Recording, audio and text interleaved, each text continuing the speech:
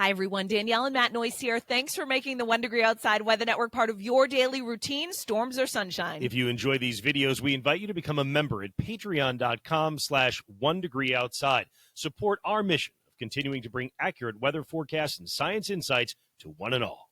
This 1 Degree Outside video is brought to you by CrackX Foundation Crack Repair and Waterproofing. 40 years of prompt and economical service to New England homeowners, builders, general contractors, home inspectors, management companies, architects, and engineers. Be sure to visit crackx.com and mention 1 Degree Outside when you make your appointment for an incredible discount. Tuesday Insights, the deep dive into meteorology here at the 1 Degree Outside Weather Network. Meteorologist Matt Noyes. Not a lot of wholesale change from what I shared with you in Insights yesterday. We'll do some fine tuning here. The cold front that's going to come through tonight does reverse our temperature trend. It'll be noticeably cooler on Wednesday. Just cold enough for some snow Wednesday night. Just a reminder, brush fire danger does continue to rise in spots, especially with the breeze picking up later on today and the relatively dry conditions we've had of late.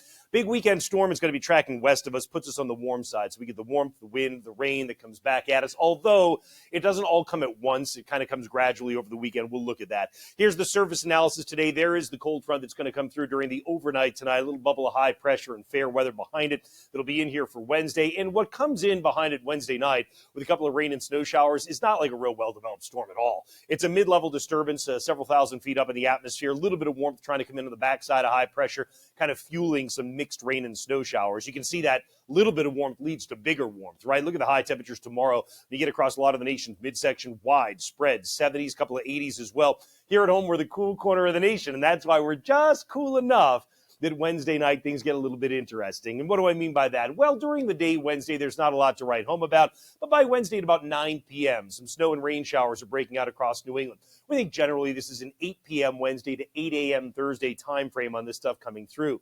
Because the temperatures, which I'll show you in a moment, will be really marginal near that melting point, it's hard to get it to be anything except for a wet snow that barely sticks. And I think that's where we're probably at. Notice at 7 o'clock Thursday morning, there still may be a couple of snow and rain showers mixed, but they come to an end very quickly. Once we get to mid-morning, late morning, midday, which you're looking at here, you're pretty much done. I think the big question for Thursday night still remains, can we get some of these clouds to break for the big lunar eclipse?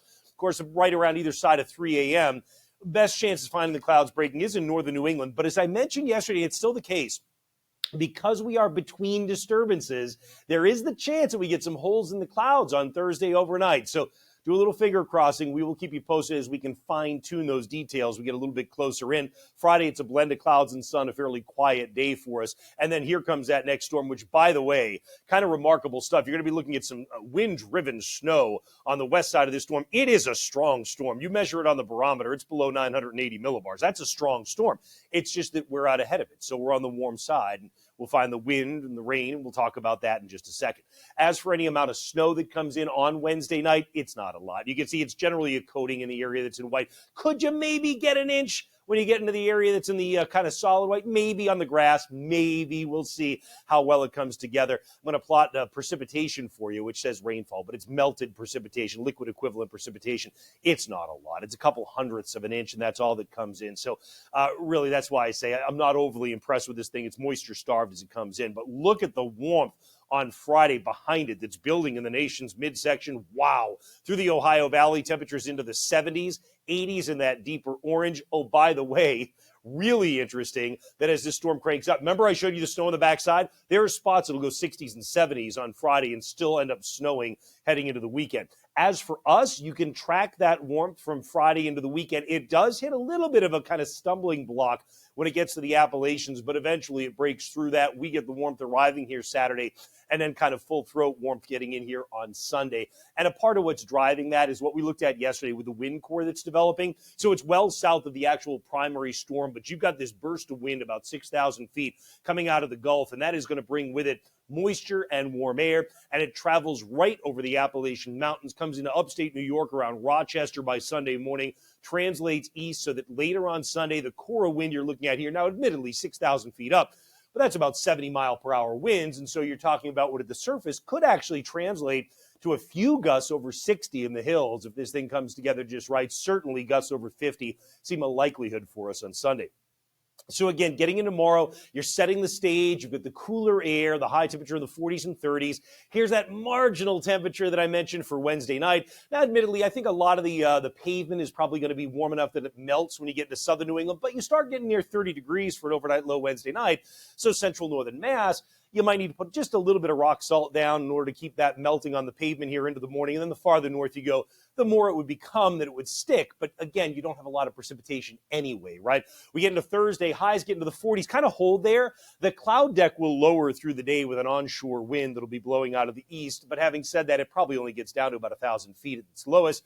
And that means you're not really talking about like a drizzle or fog type of day. As a matter of fact, we're going to try, remember, to break a couple of the clouds up Thursday night. We'll see if we can do it. It does get down around freezing on Thursday night. And then Friday, you start the rebound. You're into the 50s for a lot of us Friday. By the time we get to Saturday, you're well into the 50s and pushing 60. And by the time you get to Sunday, you're well into the 60s. And some of us may break 65 degrees on Sunday with, again, that ripping wind that'll be developing. That is not accurate at 7. It's going to be blowing about 20 to 30. So I'll have to take a look at that map and see what we can do with that. Anyways, just a reminder, you can get our app and track all the details, right? It's Noyes' 1 degree outside weather on the App Store and Google Play. We will always keep you updated. We always do, not only in our social media feeds, but of course, come on over to the website, 1degreeoutside.com, or the home screen of the app. That's where you really find the treasure trove of what we have to offer. Look forward to seeing you again in just a little bit.